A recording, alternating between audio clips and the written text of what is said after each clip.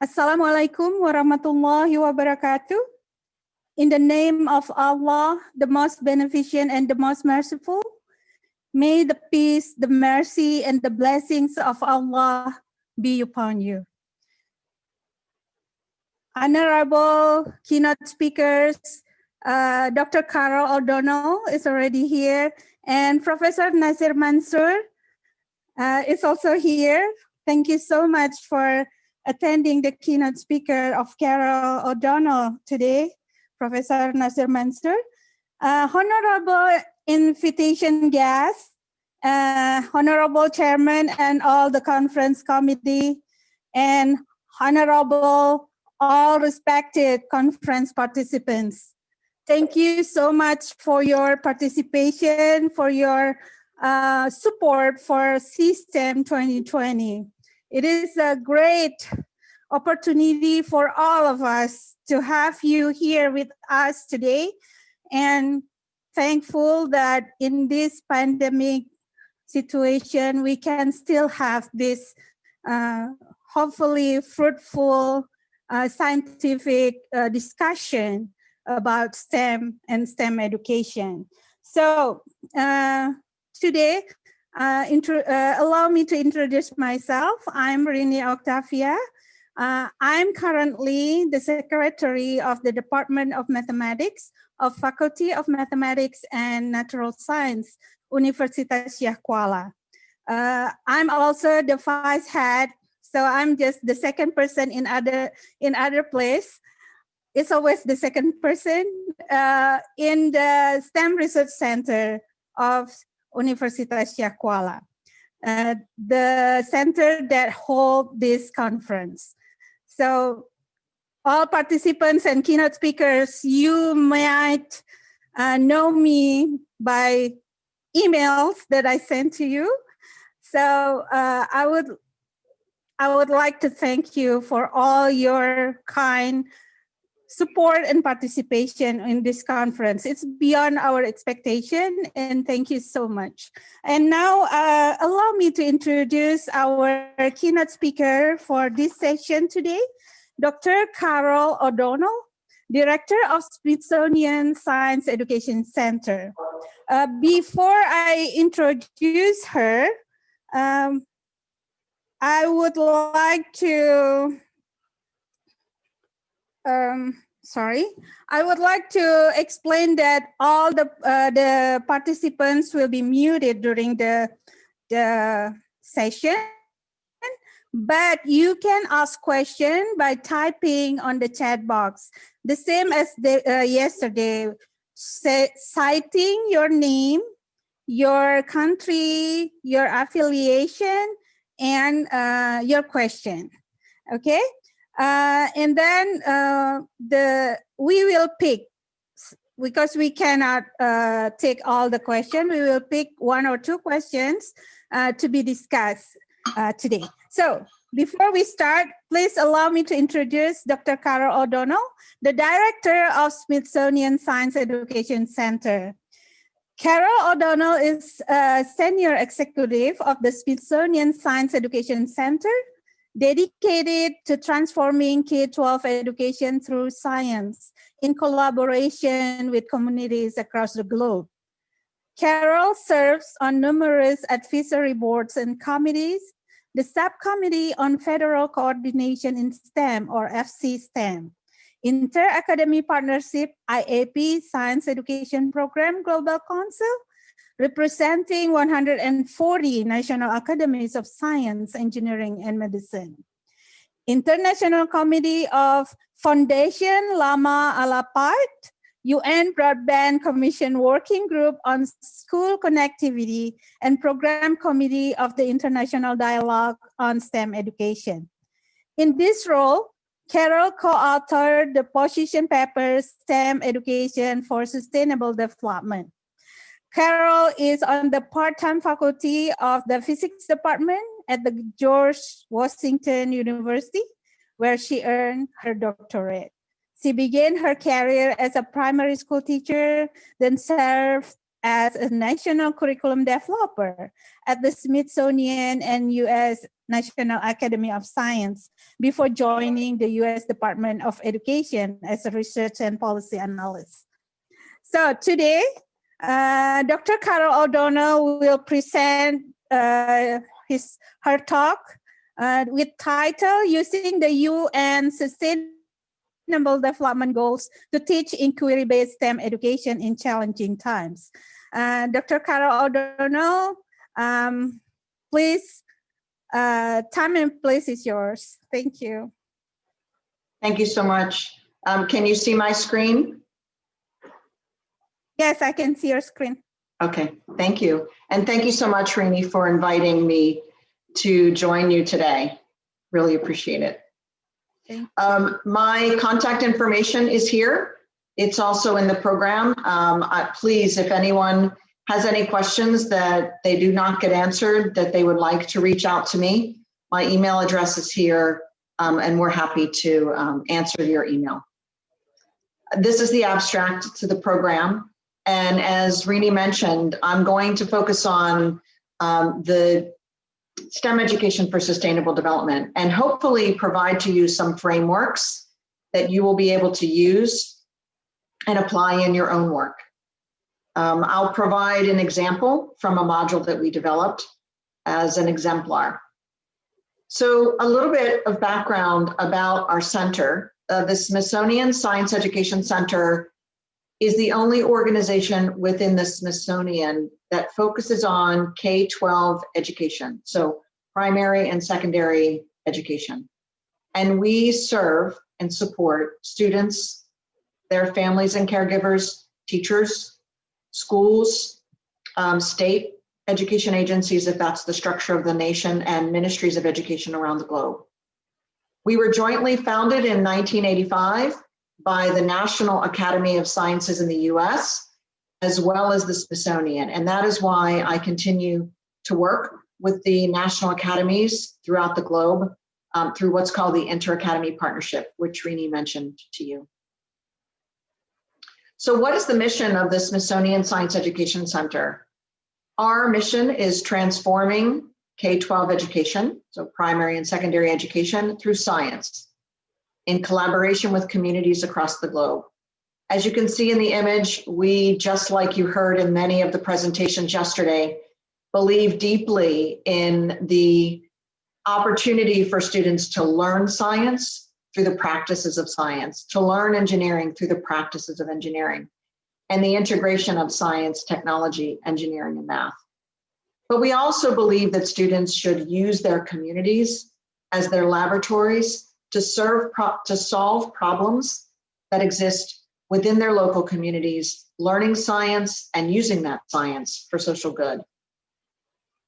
So what are the three goals of the Smithsonian Science Education Center? One, we promote active, inquiry-based K-12 STEM education, and that includes both teaching and learning, so helping teachers and students, as you see in this wonderful picture on the right of these young students engaging in the practices of STEM. We also have a goal of ensuring diversity, equity, accessibility, and inclusion in K-12 STEM education. We believe deeply that the teaching population must make sure that it looks like the student population and that students see STEM as accessible to them. And finally, our third goal is to advance K-12 STEM education for sustainable development. So workforce development, yes, also sustainable development. Because not all students who study STEM will go on to study or engage in a STEM career or even a STEM major in a college or university, but they will use STEM in their everyday lives to solve common problems. And that's what I'll focus on talking about today. So just at a high level, how does our center achieve our goals? We develop curriculum materials that we provide for free to the public. We also develop digital tools that are free for students and teachers and families to use to engage in STEM.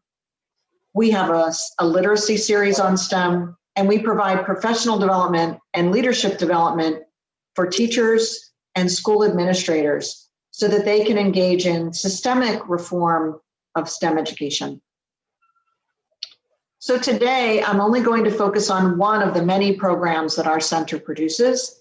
It's called the Smithsonian Science for Global Goals. So a little bit of background. The Smithsonian Science for Global Goals is based on the UN Sustainable Development Goals, the United Nations Sustainable Development Goals. So what does the United Nations and UNESCO in particular, how do they define sustainability?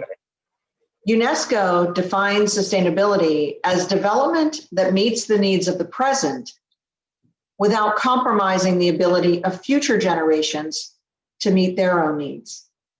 If we consume energy that meets our needs today, but doesn't leave that energy for future generations, that is not living in a sustainable way. So what are the United Nations Sustainable Development Goals, or UN SDGs?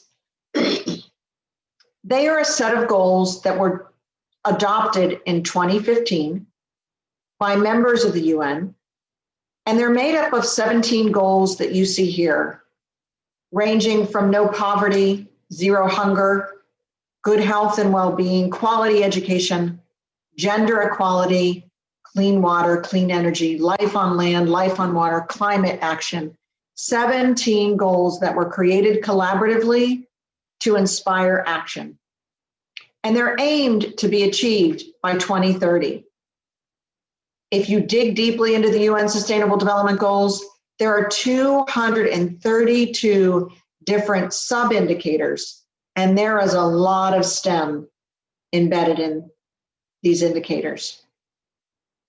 So what the Smithsonian did was we extracted a lot of that science that underlies the UN Sustainable Development Goals, and we've developed a set of materials that are for ages 8 to 17, which are focused on some of the most complex socio-scientific issues that our youth across the globe face, whether it's mosquito-borne diseases or food security or malnutrition, biodiversity loss, or living in sustainable communities.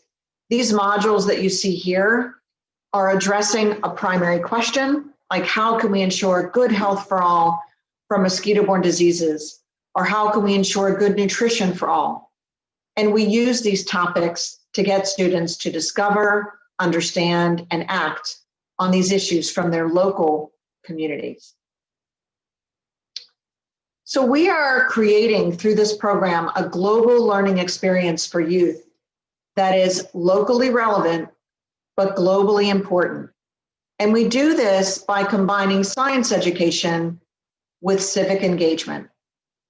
So we take a global issue like mosquito-borne diseases, food security, malnutrition, biodiversity, COVID-19, and we get students to investigate that global issue on a local level, engaging in local investigations in their community or within their families, making local decisions about that issue, and engaging in local action to make a difference. We do all of this to help students understand that local actions can have global impact.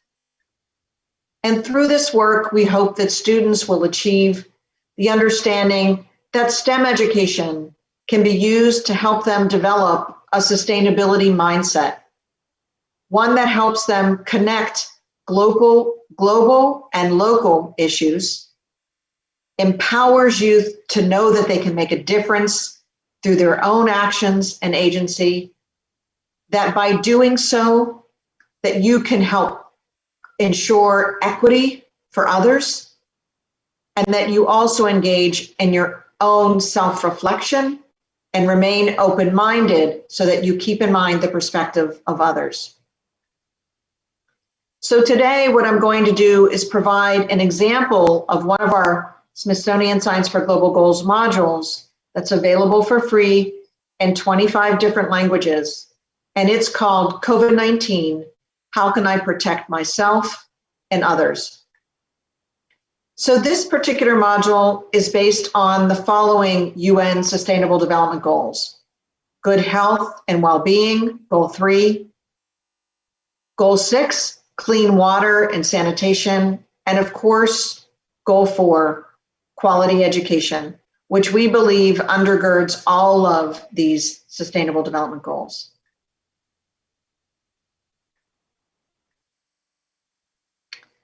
COVID-19, how can I protect myself and others, is made up of 7 tasks, which are all driven by common questions that students ask. And I'm going to take you through those 7 tasks so that you understand how the lessons are structured.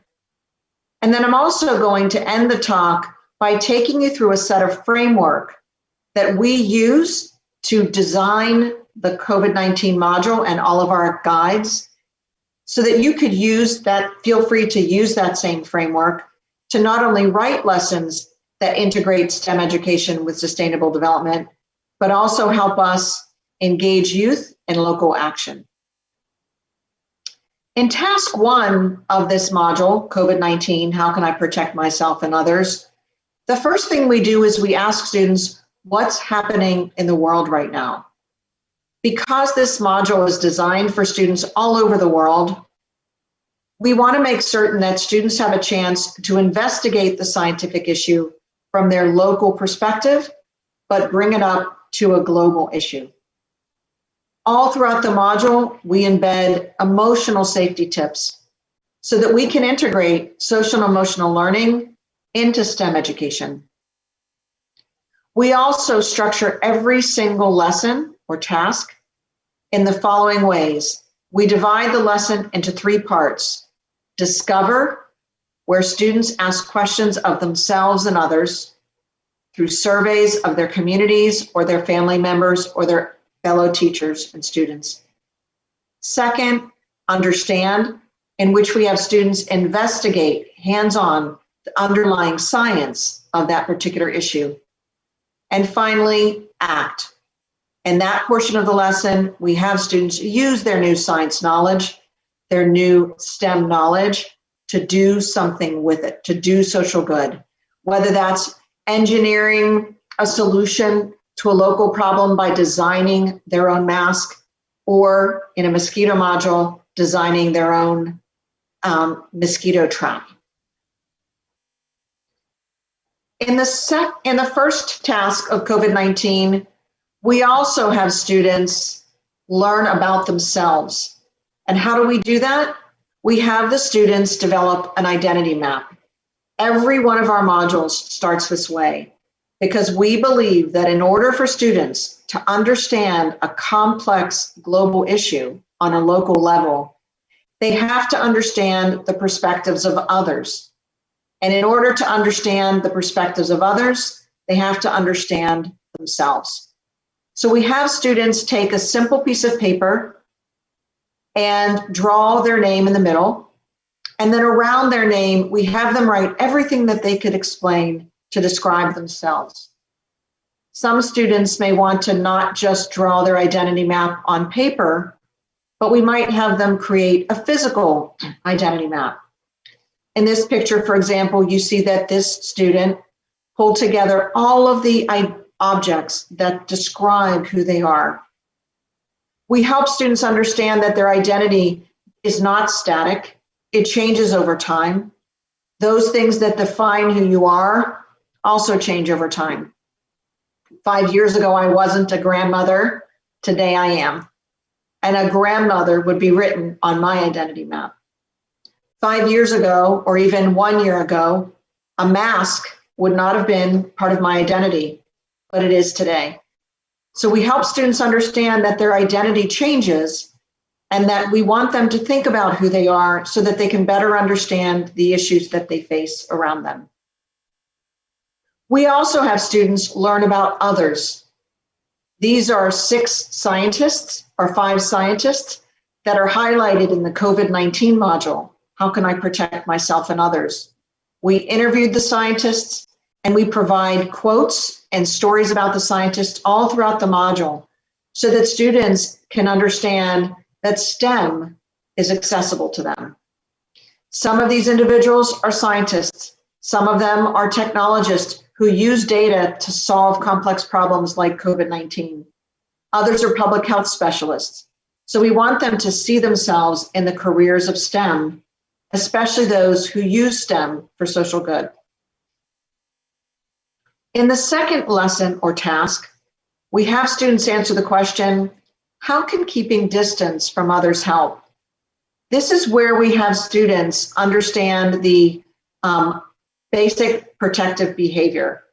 And that protective behavior is that virus, SARS-CoV-2, that you see in the very bottom right, that virus is carried by respiratory droplets. And by having students take a simple object, like a phone or a mirror or a glass, we have them breathe into it or on it, wipe their finger along it, and they see that there's water when they breathe, talk, speak, cough. Those respiratory droplets carry the virus, SARS-CoV-2, if an individual is infected with it. And what we want students to know is that that respiratory droplet, if it's carrying a virus, will typically carry around 6 feet or 2 meters. So we have students investigate firsthand through modeling why small droplets of water, respiratory droplets, which might be carrying the virus, only can be carried a certain distance. We have them take a simple bowl or a bucket, they measure a distance from a wall, they do a simple activity of flicking the water onto the wall to model the behavior and movement of respiratory droplets. We integrate math by having them graph that relationship to show that there is an inverse relationship. The further away you are, the fewer droplets will reach the wall that's 2 meters away. We also help students understand data and draw evidence from studies. So for example, in this study, evidence shows that respiratory droplets travel around 6 feet or 2 meters. We want students to associate those water droplets that come out of their mouth and the modeling activity with movement of these small droplets with this associated scientific study that shows that evidence shows respiratory droplets travel about 6 feet or 2 meters. In a task that's called, how can covering our noses and mouths help protect us? Students repeat the activity that they did in the previous lesson, only this time they have a friend or a sibling who they're allowed to be socially distant or allowed to be socially close to, hold up a towel in front of them, and when they flick the water, they see that there's a reduced amount of water that reaches the wall because of that cloth covering. Through this activity, students see that by wearing a mask, you're actually protecting others from your respiratory droplets. In task 4, we teach students the underlying science of the structure and function of the virus SARS-CoV-2 that causes the disease COVID-19. And we have them do a simple activity where they use oil, butter, or ghee to replicate or model the oily fatty substance that exists along the outer area of the virus. We show them that by rubbing, if you put oil on your hands and rub your hands together, it's very hard to get that oil off. If you use water, it's very hard to get that oil off. But if you use water and soap combined together for not 10 seconds, but 20 seconds or 40 seconds, you can get the oil off of your hands. And that's what we're trying to do with students, is help them model and physically understand the reason we're asking you to wash your hands during COVID-19 is the underlying science of the virus's structure is broken up by that soil, soap and water combination. In task 5, we help students understand contact tracing. So why is it that an individual who contracts the virus has to engage in contact tracing? Because of what's called primary contacts. So if an individual at the top of the picture contracts COVID-19 and they have been in contact with 3 individuals, it is possible that they can actually impact 13 individuals, not just 3. Why? Because that one individual at the top who contracted COVID-19 has been in primary contact with 3 people, but they have been in primary contact with 10 additional people or 9 additional people. And that one individual person could actually impact 13 different people. And so that's why contact tracing and testing is so important. So we help students see the underlying math and the technology behind contact tracing with a phone that traces your movement or whether you've been in contact with an individual who's been diagnosed with COVID-19. In task 6, we help them understand that you have to look at the evidence that underlies a claim. This is a common thing in STEM education. So if the claim is that COVID-19 is only spread through large respiratory droplets, but now we have evidence from 239 scientists from over 30 countries who published a letter to the World Health Organization saying that they have strong evidence, emerging evidence, that it's also carried through tiny droplets or airborne transmission, which means that it can be carried further than just 6 feet. So we help students understand, how do you deal with an infodemic at the same time you're dealing with a pandemic? How do you make certain that all the evidence and news that you're getting, you can trust? So we teach them to look at the source. Is it a trusted source of information? What's the evidence to support the claim? And finally, in task 7, we have students bring all of their actions, all of their new discoveries, their new understandings of science together to use that new scientific knowledge to do something that changes their behavior and the behavior of others. In this example, this young boy, and this is a true story, who's in Mexico, his teacher taught him this COVID-19 module, and in the end, he created a TikTok video that he is dancing to a song, and he changed the words to be about the importance of wearing a mask. It's adorable. So I'm now going to share with you in the last 15 minutes underlying frameworks that I believe you could use in any topic that tries to bring together STEM education and sustainable development.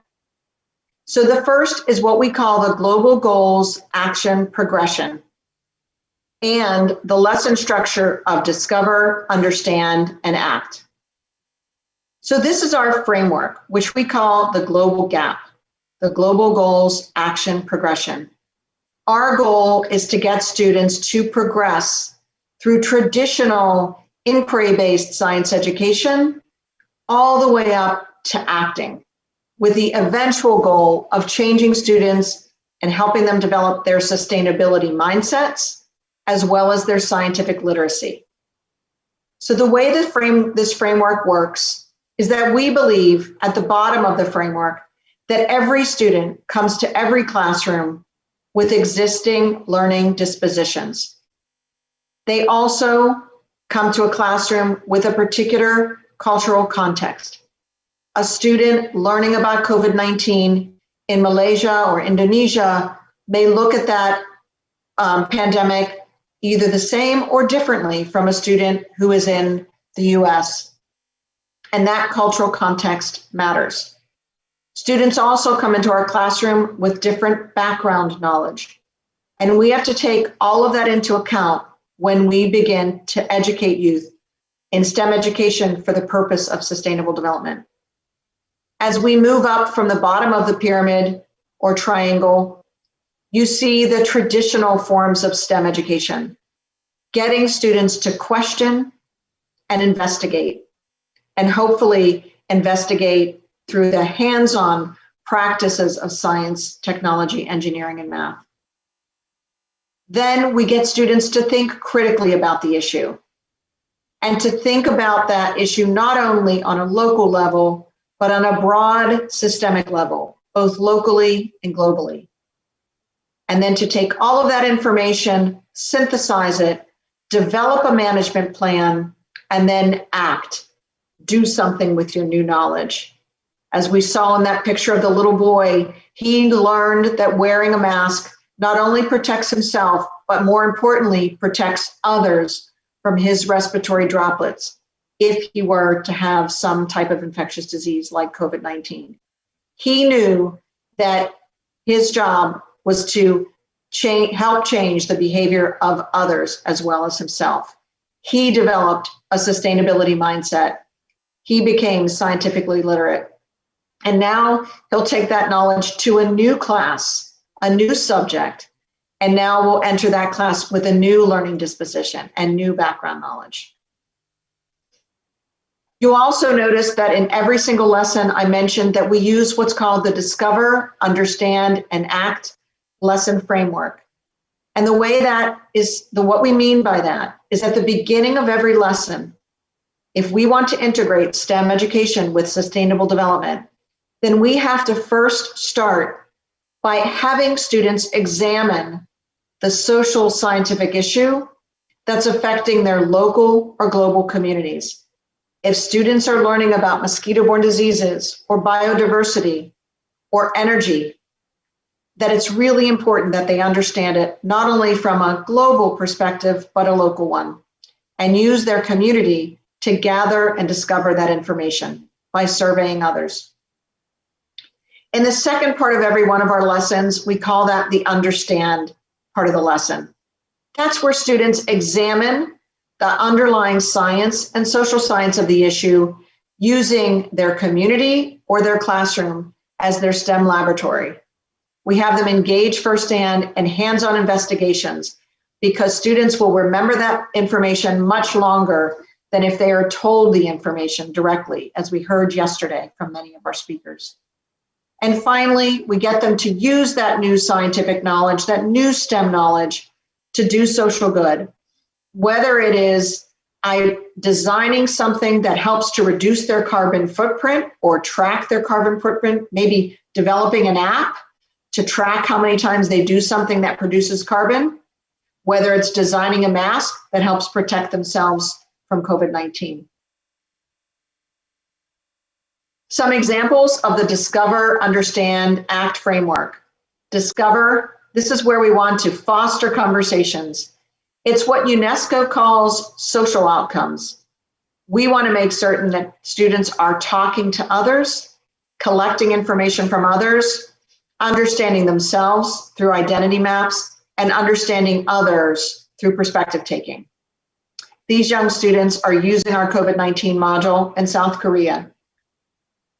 The second part of the lesson is what we call Understand, where I told you this is where they investigate the issue using their STEM knowledge. This is what UNESCO calls cognitive outcomes. You can see these students that I showed you earlier engaging in a modeling activity to understand what do we mean by a respiratory droplet and why is 6 feet or 2 meters the recommended distance to stay physically distanced. And finally, the ACT part of the framework, where I mentioned we want students to use their STEM knowledge for social good. This is what the UNESCO calls behavioral outcomes. And we saw that in that little boy who made a TikTok video to share the importance of mask wearing. And I'm going to end with 2 slides that show you what we really believe is called the SDG, Sustainable Development Goal Action Continuum.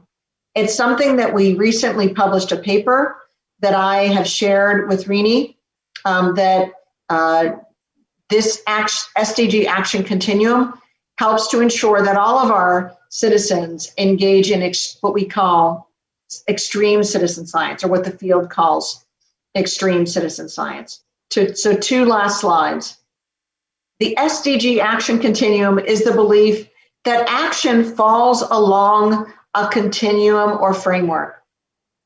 Many students engage in what we call executed actions.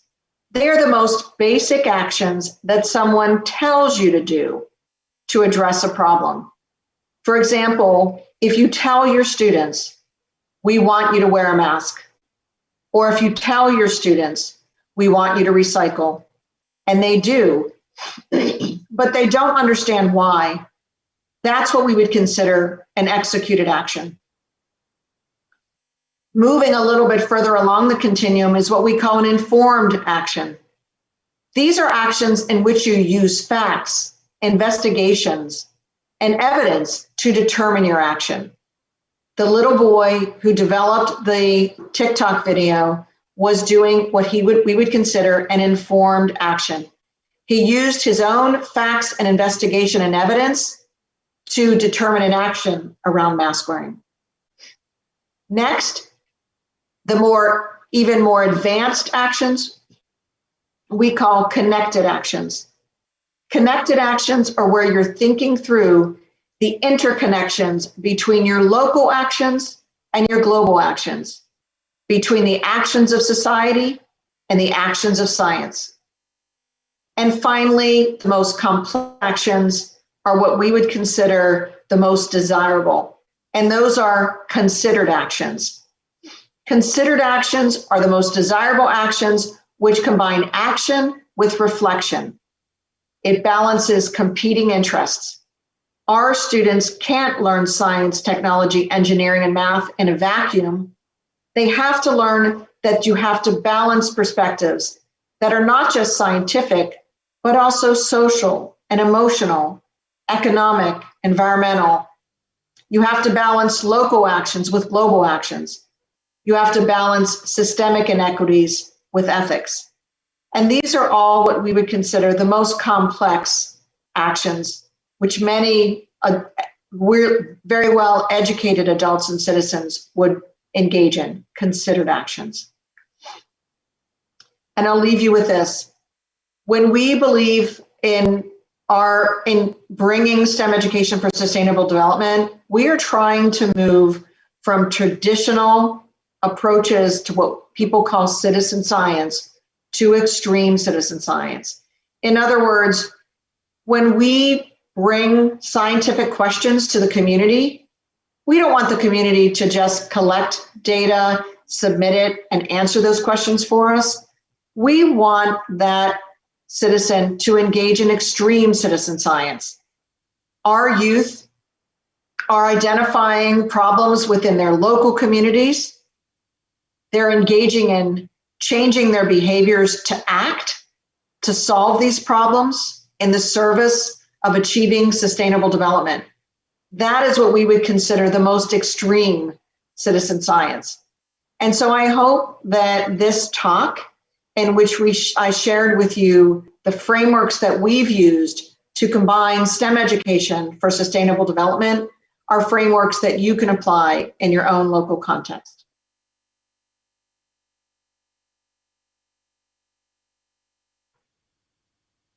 Thank you, Rini.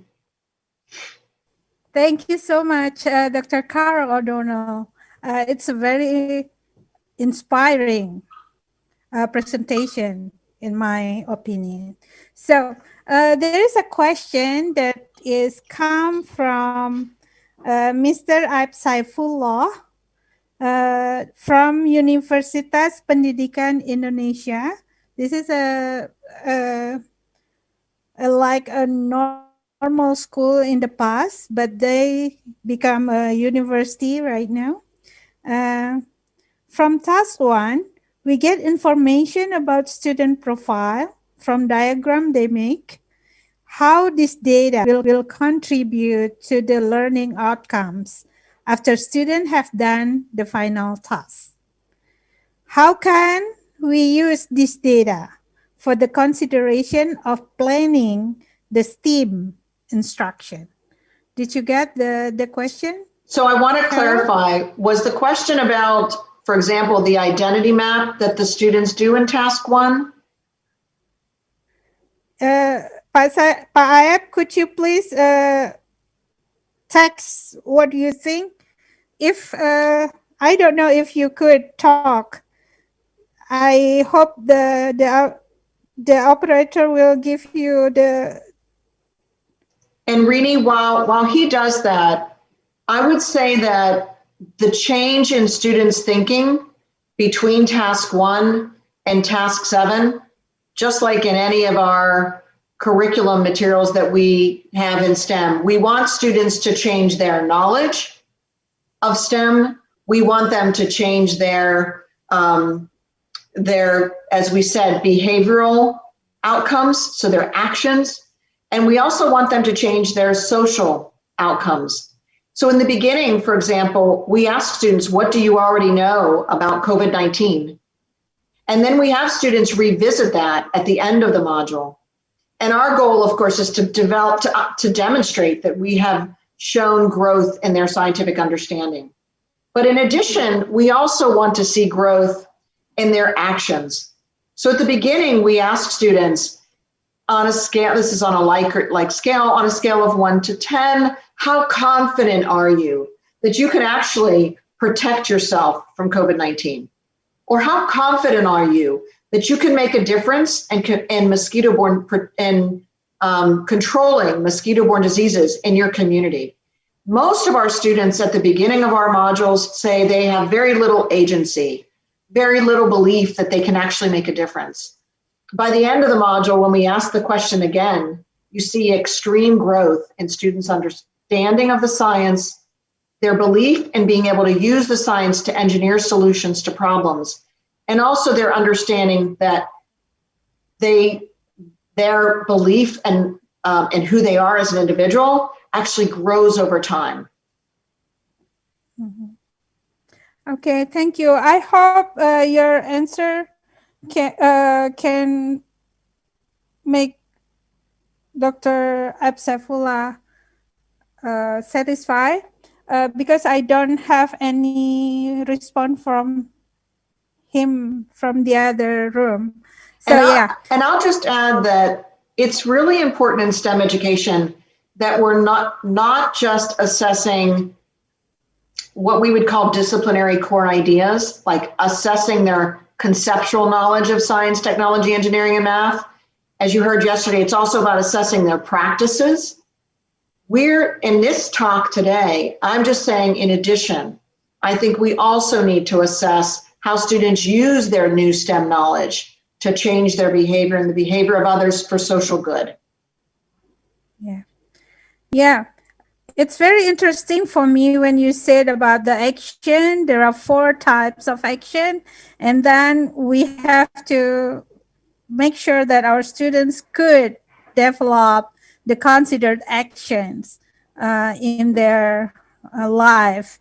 So if all people have that considered action, our world will be a better place for everyone, right? So that's right. I was wondering, how do you think the considered action can be like developed in students since early age? So maybe your lessons already tell us about that, but maybe you can explore it to me, to all of us. It's a great question. And this is what the paper that we wrote focuses on.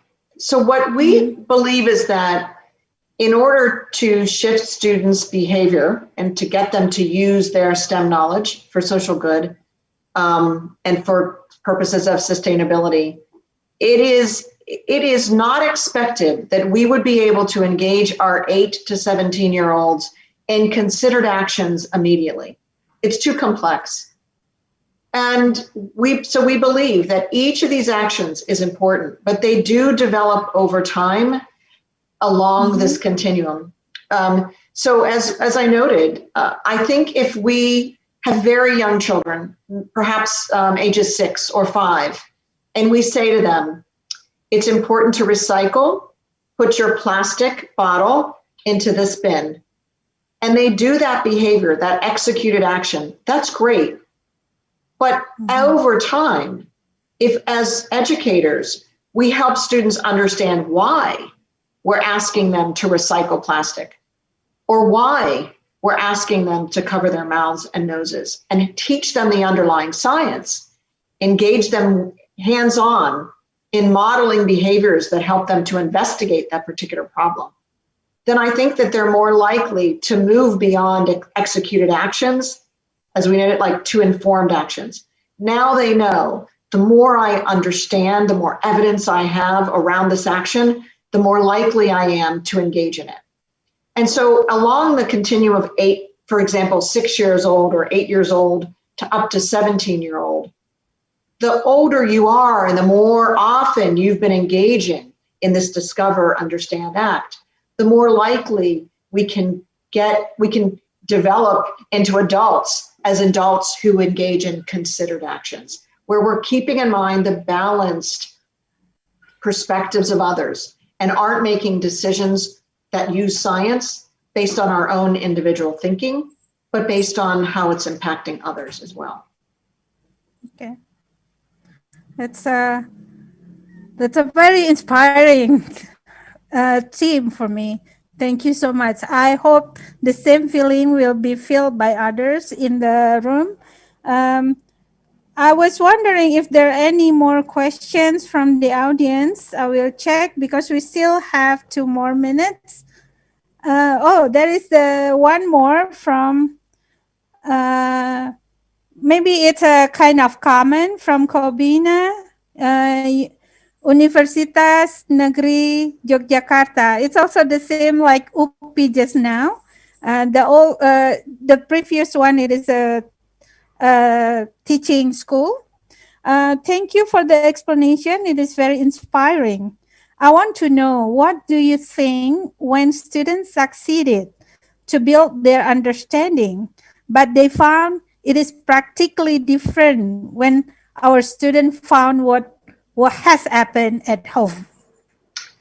That's so the difference. a wonderful question. So there was a study done that was published in, it was called in Nature. And the article was written by somebody by the last name of Lawson, Lawson. And that article was about what's called intergenerational learning. And what the article proved was that when you educate youth on climate change or climate science, that those students go home to their families and they have conversations with them.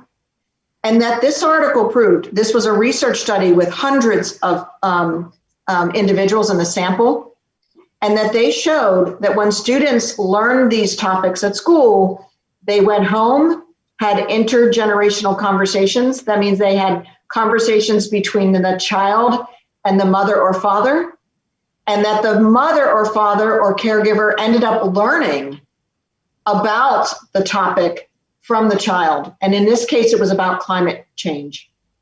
And so we know that your outcomes, when you are combining STEM education with sustainable development, your outcomes should be social, which is intergenerational conversations. How can you educate your parents on what you've learned? How can you get your parents to move from executed actions to informed actions, to connected actions, to considered actions? And that this study proved that children do have an impact on their families. Yes, I believe so. My son taught me a lot.